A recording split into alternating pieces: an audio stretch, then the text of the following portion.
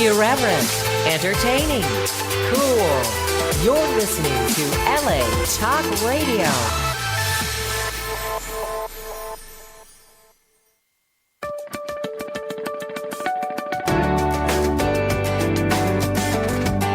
You're listening to What Women Want with Judy Goss, only on LA Talk Radio. What Women Want Talk Radio is what women want to hear. Tonight we're going to hear from two women who tip the odds in their favor and how you can do it too, learning from their experiences. Good evening. I'm your host, Judy Goss, and here at What Women Want, we celebrate women of all ages every Wednesday evening. And I want to first thank you all for listening live here on Wednesday evenings and also to downloading our archived shows on LA Talk Radio, iTunes, and Stitcher. You are in the company of well over 30,000 other listeners every month and ever increasing after barely 1 year on air. So I am so grateful to every single one of you. I just want to make a few announcements about the show. For those of you whose first time it is listening, welcome to What Women Want. And for those of you who are already fans, we appreciate you and hang out with us for the next couple of minutes when we will bring on our inspiring guests with their jaw-dropping personal stories and sound advice on how they thrived. Do you need a vacation? We all do, right? Call Cappy's Travel. She's a 100% women-owned business for 43 years. Stop Googling your trips to death. Cappy can help you if something goes wrong. And so many times these things do go wrong with the delayed flights and the canceled hotel rooms and all that jazz. So give Cappy a call for your next vacation. Her number is 888-227-7975. Let's support the women business owners out there. We are here every Wednesday evening. You want to be on the show? Submit your pitch at whatwomenwantshow@gmail.com. Or you can tweet us at whatwomenradio. Okay, so who am I? Judy Goss. My background comes from fashion and publishing. I started out as an international high fashion model, then years later became an editor for Cosmopolitan, then More magazines, then moved on to be a TV host and Better TV correspondent, interviewing A-list celebrities, and hosted my own show about women on Better TV. And you can catch me every so often these days on NBC Connecticut, WABC in New York, or Fox News in New York. I'm also a published author with St. Martin's of a nationally acclaimed networking organization called Over 40 Females, with over 20 chapters across the country. Still can't believe that. And we have an online chapter also for you ladies out there who would like to connect with others in your demographic. So go check it out, over40females.com. Yes, I am now plugging my own company, free advertising. Can you blame me? Most importantly, I'm the mom of beautiful twin girls, and you can find out more about me on how to connect with me on judygoss.com. So if you just joined us, you're listening to What Women Want here on LA Talk Radio. Tipping the odds in your favor. How do you do it? We have over 30,000 listeners every month, and thank you so much for joining us. Now, before we get started, I have one more announcement. I'd like to mention a one-of-a-kind free event to those of you who are thinking about getting your MBA. Now, you can't miss this. It's a free event in New York City and Toronto in September.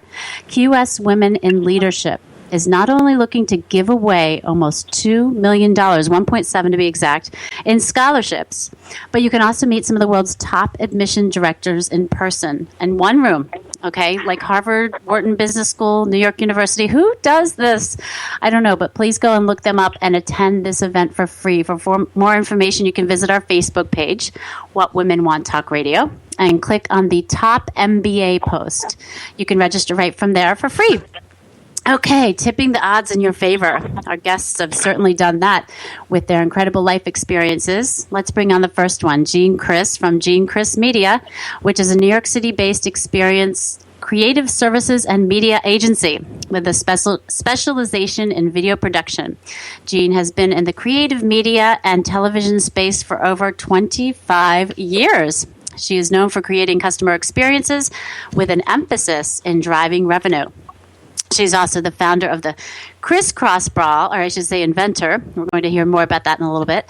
An author, writer, fashion designer, has her own YouTube show, and I'm not sure if it stops there. Welcome to the show, Jean. Thanks so much, Judy. Wow, I'm getting exhausted just reading your bio. Well, it's hard to keep up with you, frankly. You've got a great background. Thanks. I've dabbled and dibbled in just about everything. Now, besides being in the media space in New York City, which is very competitive, you are a foodie, a fashion designer, the author of a trilogy, in addition to launching a video series called Java with Jean. Is that right? That's right. Oh, my gosh. Talk about busy. Now, I'm just wondering, were you this busy? Were you doing this much when you were diagnosed with breast cancer? Well, yes. And, I was just doing different things. At that time, I actually launched my own business. So I had left the corporate marketplace and started my own business, Criss-Media, and started putting a lot of these ideas into place. And you were building your company when you got diagnosed? Yes. I had gotten diagnosed in 2007 and shortly thereafter got laid off in the corporate world and decided to take a lot of what I had learned in the media and technology space and put it into some new ideas and launch my own business. So you really got hit twice in a row there. I did, and got hit in another way, too. I decided to get divorced at the same time. Oh, my gosh. So, you just kind of make a lot of life changes, and it's all for the good, So you just kind of keep moving forward. And just a quick funny story, while I had my double mastectomy, I actually remodeled my house, and that's actually a funny story. I had to keep busy wait, hold on. Wait. You remodeled your house while having a mastectomy? Yeah, my master bath and my kitchen, yes. Oh, my goodness. Okay, so let's back up here. So what exactly happened? You were building your business, and then did all three of these things pretty much happen all at once? You got laid off, you got diagnosed, you decided to get divorced? Is that kind of the story? No, they did not happen at the same time. No, they did not happen at the same time. But let's see. Well, let me just back up a little bit. So I started my career in technology, actually, and transitioned into media.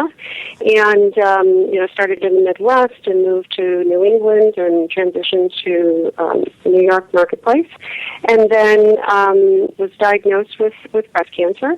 And while I was diagnosed with breast cancer, I had already filed for divorce, actually put it on hold, went through the breast cancer situation, and then, picked up, my personal life and continued with that, with the filing of the divorce. And then, but my breast cancer saga just continued. I ended up starting with a bilateral lumpectomy with radiation, and I had an allergic reaction to the radiation and had to quickly switch to a bilateral mastectomy with reconstructive surgery. So it, oh my gosh, that's so dramatic. It was very dramatic within 3 months. But then it continued for 4 years with 13 different surgeries. So it just, I had one complication after another. Yeah. Now, what was how did your husband act during this whole time? Because you knew you were getting divorced. Did he know you were getting divorced? Did he know? Yeah, I mean, did you talk about it before this all happened? So what was how did you deal with that, with living with someone that you knew you were eventually going to leave? Well, I just really tried to focus on my breast health and wellness, and, at that time it was really focusing about what I had to contend with, learning about breast cancer. You were very busy enough. Feeling that, and I'm a busy mom. I had 2 children and trying to keep, my job and manage a large sales staff and my clients. I had a lot that I was juggling, so I had a lot on my plate. But I was able to do it. What do you think kind of held you together? Like, was there one thing that you did, or did you meditate? Did you keep busy? Like, how did you? You sound like you kept busy redoing your house, but was there anything else what did you do to kind of keep yourself sane? Yeah, that's a great question. I actually beaded. I started a little beading business on the side before I was diagnosed with the breast cancer, and that was my therapy for a number of years. I started my first business called Beaded Baubles, and I did a lot of beading in the evenings and throughout the night, and that was my therapy. I made bracelets and earrings and belts and a variety of things, and I sold them in stores throughout New Jersey. So that was a lot of my therapy, I have to say. So you kept busy with something that was therapeutic, I guess, like something with your hands. Yeah, therapeutic. Yeah, I mean, I used to do yoga and Pilates and a lot of that, but, I kind of slowed down on that, and then after the surgeries, it was a little difficult with my upper body movement. So, but yeah, I've always done that, and then I turned to writing, and that's actually how I wrote my first book, which is actually about my breast cancer story, and that was extremely therapeutic. And I've continued to write ever since. And the books were before the Crisscross Bra, correct? Yes. So tell us about this trilogy. Okay, thanks. The first book was actually my breast cancer journey, and as I wrote about my story, it actually was about my life even before that. When I was 28 years old, I was widowed. My first husband had passed away from an automobile accident, and he passed away in my arms 3 days after that car accident. So it was a very traumatic time of my life. And so you're no stranger to dealing with traumas. I was very traumatized, young time of my life. And so I wrote about love, life, breast cancer, and the pursuit of happiness.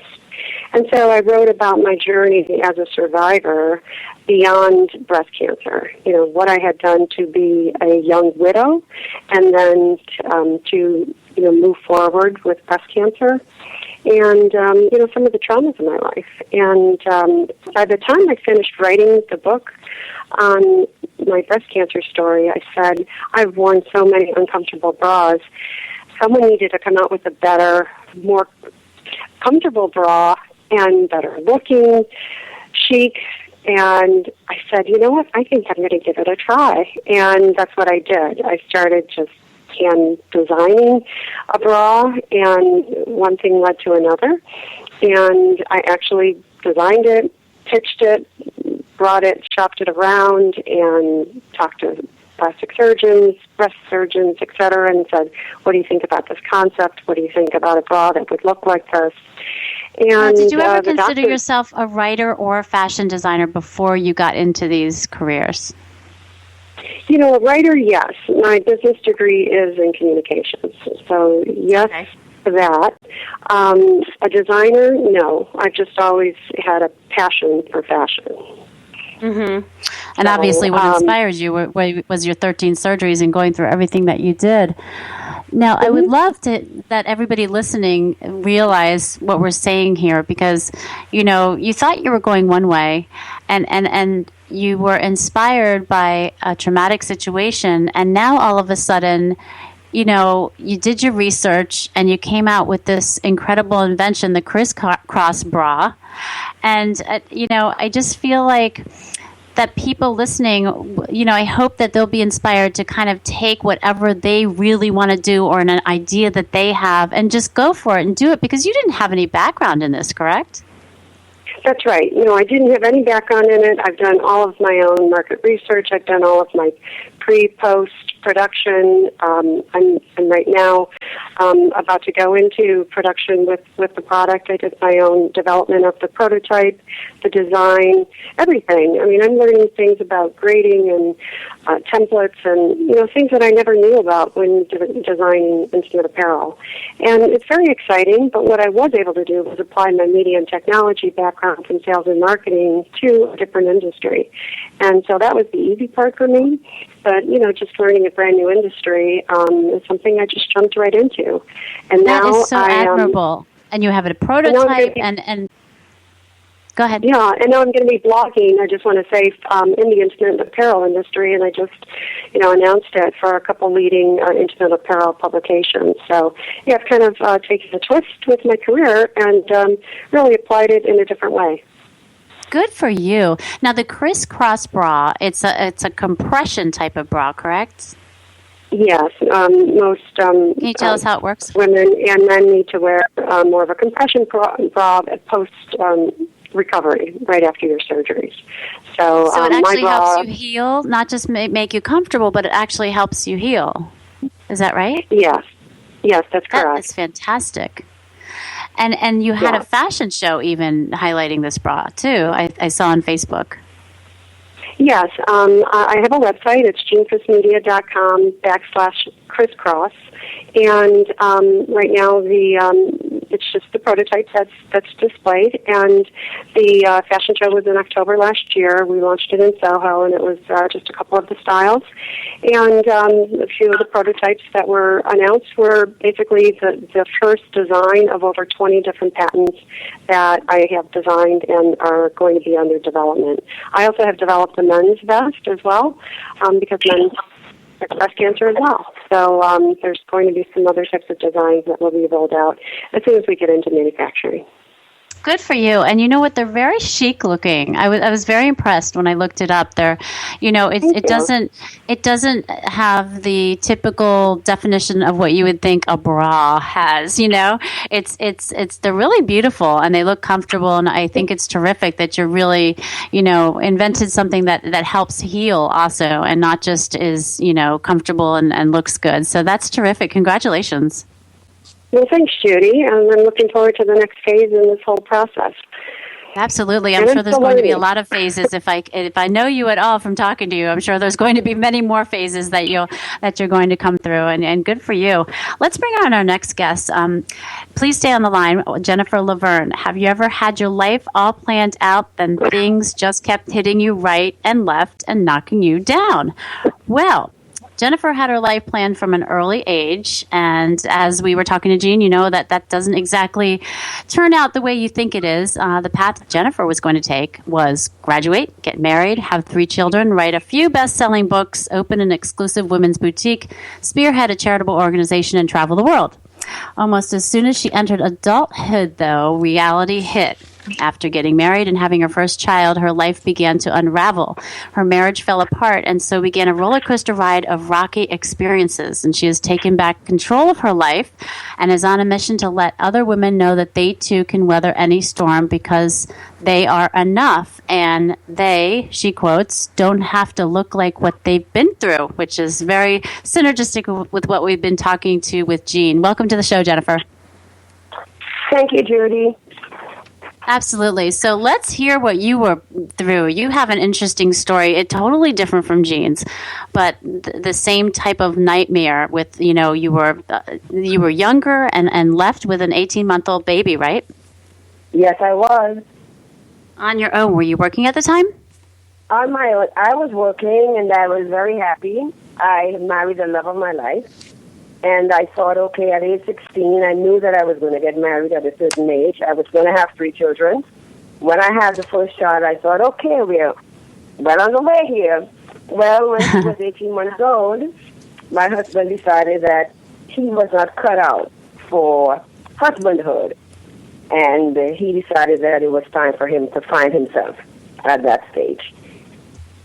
So were there any signs of this before? No, there was not. In hindsight, maybe in hindsight, when you look back, you become wiser and you see the signs were there. But at that age, when you're in love and it's all flowers and roses, then you don't see anything. Jennifer, I can't hear you too well. If you could just talk into the phone a little bit more. You're fading out a little bit. Better? Is this better? Yes, a little bit. Okay, So what age were you when your husband left you with an 18-month-old and just that was it? I was 28 years old.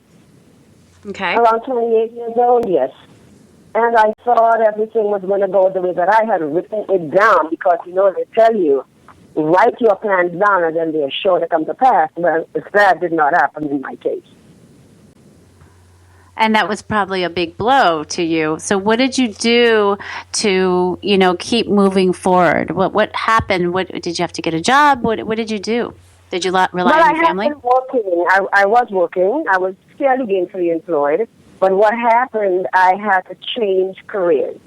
What I ended up doing was taking jobs and recreating my path so that my daughter could be my first and only priority. So what I did, I took jobs that would allow me to work the shifts that I wanted. I created my own time frame. I worked day shifts, night shifts, weekend shifts, and shifts in between. I took work home. I worked 2 jobs, 3 jobs, whatever it took for me to be there for her. And I fought my way back. Hello? Yes. You fought your way back? Yes. I fought my way back. But eventually, I'm just waiting for the next chapter.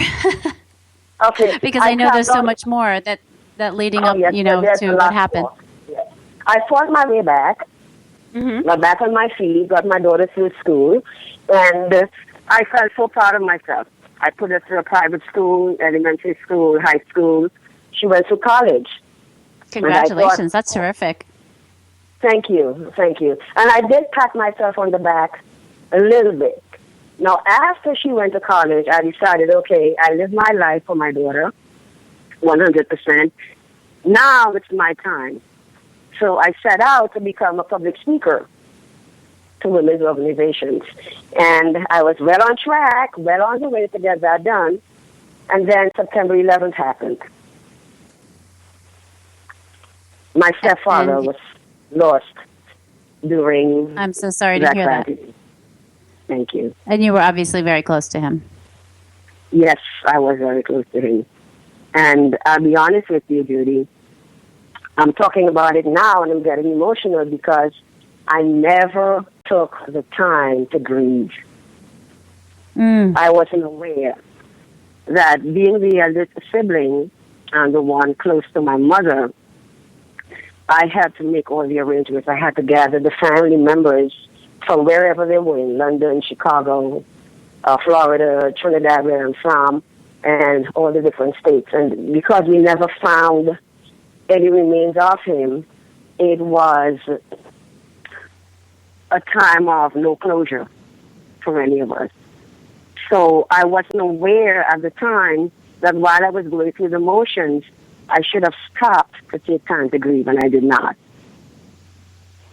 That seems to be a big theme here that we talk about constantly is not just even going through a loss, but at any point in your life, you need to give yourself time to regroup, time to grieve, time to, really, if you have to pivot and that type of thing. And I can't imagine how that must have felt to just have someone disappear like that and not have any closure. That really must have been just a horrible time for you. So, and now how old was your daughter at this time? This was, I don't know how old your daughter is now. How old was she at the time? She was about 11 or 12, somewhere along there at the time. Oh my gosh. So not only did you have to do all of that, you still had to take care of her every day. Yes. But interestingly, I've discovered about myself that I'm really, really good through a crisis. So I went through the motions, I went through the paces, and I kept up with everything that I was supposed to do. I was stoic and stellar. I went back to work, and how are you, Jennifer? And I answered everyone. I was fine. I was doing really, really well, or so I thought, until a few years later, my mother passed away 2 days before the anniversary of 9/11. And I had to do it all over again. Notify the family members all over the world, pull them together, get my mother's arrangements done. And again, I rose to the occasion. I did it. Stoically, I was the stalwart one in the family. Everyone depended on me. I could not let them down. I had to be the strong one. And of course, I was. And again, I did not take time to grieve. Well, you didn't almost have time. Didn't 6 months later you lose someone else? Then 6 months later, I lost my biological father. This time, I had to fly to Trinidad to take care of those arrangements. Now, at this time, my daughter was in college just before finals. Her apartment got broken into. Someone stole all her computer work, her papers and everything the morning before I was supposed to fly out to go to Trinidad to take care of my dad's arrangements. So I'm fielding her at Emory University. I'm making arrangements to fly out and writing a eulogy for the third time in just a few years. And again, I rose to the occasion, and I was a family champion, except I wasn't there to champion myself. And I never realized that until several years later. And did that lead to a breakdown? It led to me losing touch with myself. Mm-hmm. It didn't lead to a breakdown because as a single mother, I had to be there. I had to be present at all times. Being the eldest sibling, I had to be there for my younger siblings, although they are grown. What I noticed over a period of time, I stopped doing the things that I love to do. I stopped eating healthy. I stopped going to the gym. I stopped doing yoga. I used to love to travel, to go on the speaker circuit. I stopped doing that. But it was so gradual, I wasn't aware of it until several years later, until maybe 2011. And the way I found out was I started looking at my notes. And I realized that my handwriting had changed. My ticket stubs were disappearing because I was no longer flying. I was no longer doing what I wanted to do. I stopped going to yoga eventually, which I enjoyed immensely. I loved going to the gym to work out. I would sing and dance and laugh. And the things that I enjoyed doing, I just stopped doing. Now, I want to ask Jean. Gradually. Jean, did you go through a period of losing your identity also? Well, not really losing my identity, I mean, when I was widowed. Well, I did go through a grieving period. I did remember taking 30 days off and going just, it was a blur. I don't remember much about it.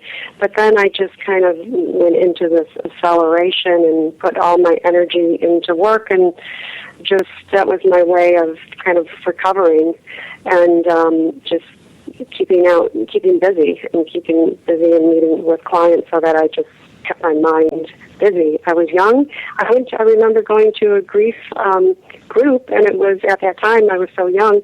There weren't grief groups for young widows, and it was a lot of elderly women. And I went and saw a counselor, and she said, "You know what? You're doing great. You don't need to be here.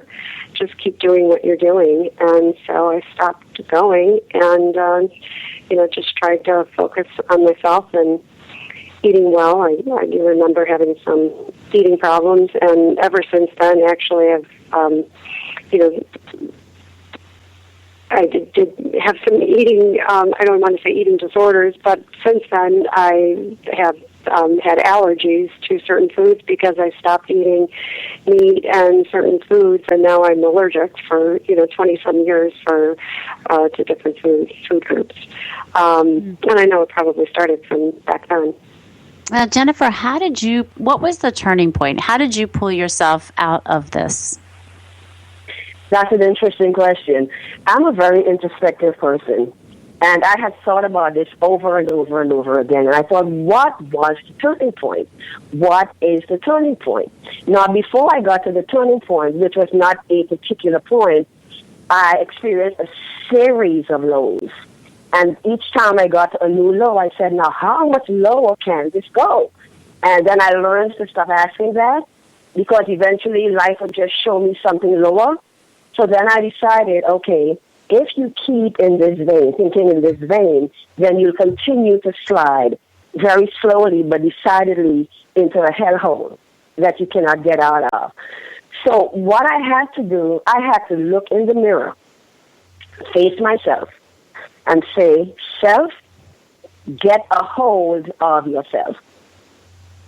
Now, what happened for me was I started looking at my old writings. As Jean said, there is a writer in me. There was a writer in her, and I've always known that. I started looking at my old writings, and I began to see myself again. And I thought, wait a minute. Everything that I've always wanted, I still do want. everything that I had dreamed about when I was a little girl, I still dream about today. So I recognize that at the core, I am who I always was. And that gave me the impetus to start making baby steps. I'm not going to tell you it was with peaches and cream. I'm not going to tell you that it happened overnight. But it took sheer determination. Because some days you'd be up and some days you'd be down. That's so admirable. Well, congratulations for, it sounds like really you were your own self-coach, which is probably why you opened Aura Unlimited. Is that right? The word coach, I've wondered about that. I've been told that that's what I am. But who I am at the core is someone who self-inspires, self-motivates. And then after I realized what it took, I said to myself, Jennifer, you are enough. You may not have enough. You may not know enough. You may not do enough. But who you are, I discovered, is greater than what you have and what you do. So when I came to that full realization, I decided to put together a group called the Spotlight. And I drew women who were in transition similarly and also maybe in a different phase. And we got together and decided to talk about what we have been through and how we overcame what we've been through. And that's I love that. So you really made a support group for other women elevating each other up. It's very parallel to what Ever 40 Females does as well, which thank you for joining our speakers board, by the way. I met you in person not too long ago, and you just have such an energy, such a spark of life. It's actually shocking to hear this story that you went through all that, because the way, you presented yourself, it is totally different, and that's really admirable. Tell us what Aura Unlimited, is this a separate company from the Spotlight? Spotlight is a company, or? Aura Unlimited is the umbrella company. Okay. And out of Aura Unlimited, the Spotlight is just one portion of it. What I discovered through the entire experience is that in spite of how awful I felt, and I'm sure Jean can attest, there are days you just don't feel like getting out of bed. There are days you don't want to face the world. There were days I remember from very early on, I'd wake up and I'd have the tracks of my tears literally on my face. And I discovered that if I wore those expressions everywhere I went, then it would somehow infect my behavior. So I've always had to use Jean's terms, a passion for fashion. So I decided to take that and turn that into a canvas. My body became my own personal canvas. And I would get dressed depending on where I was going. I would always get dressed up. It made me feel better. And then one day, I think I went to maybe a religious service, and I heard a song. And then the words came to me, you don't have to look like what you've been through. Because I have been through hell. Felt like hell. I laughed at that saying when I read it. How do we not look like what we've been through? It's like I don't get sleep one night and I instantly have bags, and I think, my gosh, just going through no sleep one night and going through, what you ladies went through. I don't know, how someone does it. Now, I've been through my own, tragedies and dramas and everything, but to have that positive outlook of thinking to yourself, okay, I am not going to look like this, how I feel, really probably took both of you to another level. I mean, for Jean, I feel like she almost, had something on the inside, literally, underneath her clothes that probably made her look and feel better, right, Jean? Yes, and it gives you the confidence. You just need to, look on the out and not within. And so if you just, I came up with a model that is don't let cancer get the best of you, and I really try to not let it bother me. I know. I've been sent a lot of different types of puns, and that was my own, and I just said, you know what, I'm not going to let it get to me, and I can't, because it was comical. And in fact, it became so humorous because I just kept having one surgery after another. I ended up trying to write my story in a humorous way. So my book, My Pain Woke Me Up Bliss, is a humorous journey of my story. So, I did write, even my chapters are, about my $1 million boots and my divine intervention and crazy things like that because, I shot in cancer and flesh-eating diseases when I got MRSA.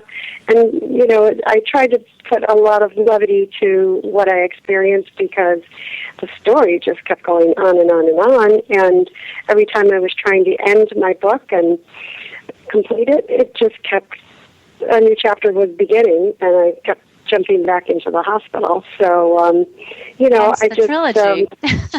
Yeah. No, that wasn't the trilogy. That was still the first book. So it became over 260-some pages.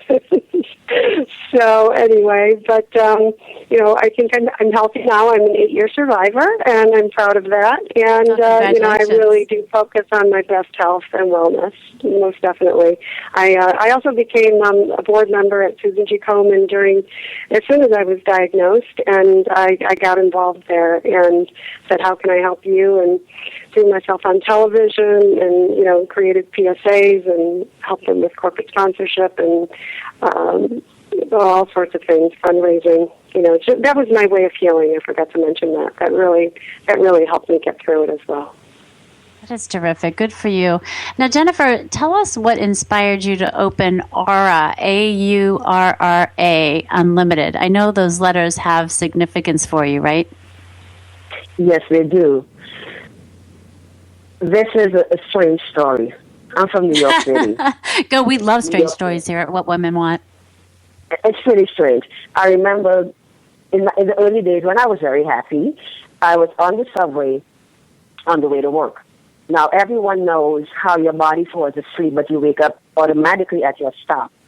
And I remember a few seconds before my stop, I opened my eyes quickly, and I saw the letters AURAA. And I rubbed my eyes. I thought, oh, maybe there's some sort of graffiti on the train that says that. And I looked again, and it wasn't there. I just saw those letters, AURAA. So I adopted that name. And that was many, many years ago. Fast forward to 2010, 2011, when I was on the speaker circuit traveling with Les Brown, Bill Walsh, Martha Hanson, those are motivational speakers. I remember I went there to a seminar in Los Angeles, and there was a guy there named James Bentley. He closed the meeting. When he closed the meeting, he called everyone up together, and he went into some, what do you call them, mantras that made us stop dead in our tracks, and we all dropped our briefcases, we dropped our suits, we dropped our game faces, and had to look raw at ourselves because of what he had us do, the exercise he took us through. And I came back to New York, and I thought, oh, my God, what an inspiring meeting that was. Now I know exactly what I'm supposed to do and why I'm supposed to do it. So I called him my angel, and I was in Los Angeles, the city of angels. And one day, as I sat down on my computer, the letters formed themselves. Angels are around always. I love Angels unawares are always around, or are around always. And I thought, my goodness, how could that have happened 25 years later? And because of that, I refuse to drop the name Aurra, because I believe it was given to me for a purpose and for a reason. That sounds like it. Now tell us about what Aurra Unlimited does. Aurra Unlimited, the umbrella company, it's an enhancement company. Aurra Unlimited owns JenniferLaverne.com, as well as the book that I'm writing, a quote she wrote.com. They are all under the Aura Unlimited umbrella. So what we do, we produce content, written content, verbal content, speakers, writers, books, blogs, seminars, workshops, whatever type of content is necessary, that comes out of Aura Unlimited. So right now, what we are doing with the Spotlight, one of the subsidiaries, the women that we have coming together on a monthly basis, they all have very inspiring stories. And the most compelling ones I'm putting together in a compilation, but very much like Chicken Soup for the Soul. Each person is going to author their own story, and it's going to be a part of this book, a quote she wrote.com. The purpose of the book is for the women to use a quote that got them through whatever tragedy or challenge that they overcame. And the subtitle of the book is, my mantra that you said earlier, you don't have to look like what you've been through. Yes. I love that. That's terrific. And they get their own spotlight to have a platform to, really highlight themselves. That's great. Congratulations. Absolutely. Now tell us about your website is auraunlimited.com. So it's AURA unlimited.com. Yes, there are 3 A's, auraunlimited.com, one word. And the site for the book, for anyone who wants to contribute a story, the site for the book is a quote she wrote.com. Well, I can't wait to hear you speak. I know you just recently joined the speakers board for Over 40 Females. And like I said, I did meet you in person, and I was very impressed. So I'm looking forward to that day. And thank you so much for coming on the show, Jennifer. Thank you for having me, Judy. And I just love Over 40 Females because I believe we have a kindred message. Absolutely. It's, you know what, my Over 40 Females is my spotlighting, women over 40. So, no, it's all in the hopes of elevating women to another level, with What Women Want, with Over 40 Females, with, Jean Criss and her books and her invention with the Crisscross Bra. It's, we're all out for the same mission. We're all trying to help women and really just push each other up to another level. So, it's just terrific. And Jean, you can get your books and look, find out more information about your Crisscross Bra on jeancrissmedia.com. Yes, and I have a page on my website, which is author-trilogy series, and my Crisscross page on my website. And then I also have Facebook pages for both, Jean Criss Media and Jean Criss Author. So you can learn more about it on either site. Now, when you told these stories with your trilogy, it was you said it was a humorous story about your life, and is it walking through each step, each phase of what happened to you, and giving advice, or how is it laid out? Yeah, so the trilogy, the first book is about my breast cancer, and then the second book is called Legal Injustice, which was about my experience through my divorce and the legal system. And then the third book is called Live Your Dreams, which is about entrepreneurship and the process that I went through, going through, learning the incubator process, the training that I went through, and putting products into play. And to really what brought me to where I'm at today. So it was launching my business with Jean Criss Media, Beaded Baubles, and a lot of the things that I learned along the way to launching product and marketing and promotion, etc. And a lot of what I had learned throughout my career to bring me to where I'm at today. What's your best piece of advice for someone that has an idea for an invention? What should they do first? I really suggest networking. I am involved in many different networking organizations. That's a good answer. I like that. Yeah, and your organization is a great one. I really get involved in many, and I really think it's very important because not only staying tied locally with your community and with other women in your same field, but it allows you to expand that to reach out to different people that can help you and other resources and partners. And that's how actually I've been able to grow and learn so much in many different areas. I have a page on my website that's called Affiliations, and those are many of the organizations that I am a member of, and I have either been on their board or I have served with fundraising and volunteer efforts. So I have really, networked a lot, whether it's been through women's organizations or other types of entrepreneurial organizations, and it has really helped me in growing in many different ways throughout my career. That's good advice. And Jennifer, if someone feels they've lost their identity, whether it's, knowing and realizing they need to go through a divorce, or they lost someone, or they're lonely, or whatever the situation is, a health crisis, what is your advice of the first step they should take to start going in another direction, to pull themselves up out of whatever they're experiencing, to find themselves again? Well, first, I would say that you never really lose your identity. What happened with me is I didn't recognize my behavior. But when I went inside, I realized I was who I always was, who I was supposed to be, I always was. What I would suggest to women going through any life-changing situation now, look inside yourself. It gets raw, it gets ugly. But look at yourself in the mirror, full figured, with whatever flaws you may have physically, but look within. And you begin to see yourself emerging. And secondly, and this I cannot stress enough, find yourself a mentor. I recently became a member of a mentoring network, and they have now some free seminars that people can partake in. It's on my website as well.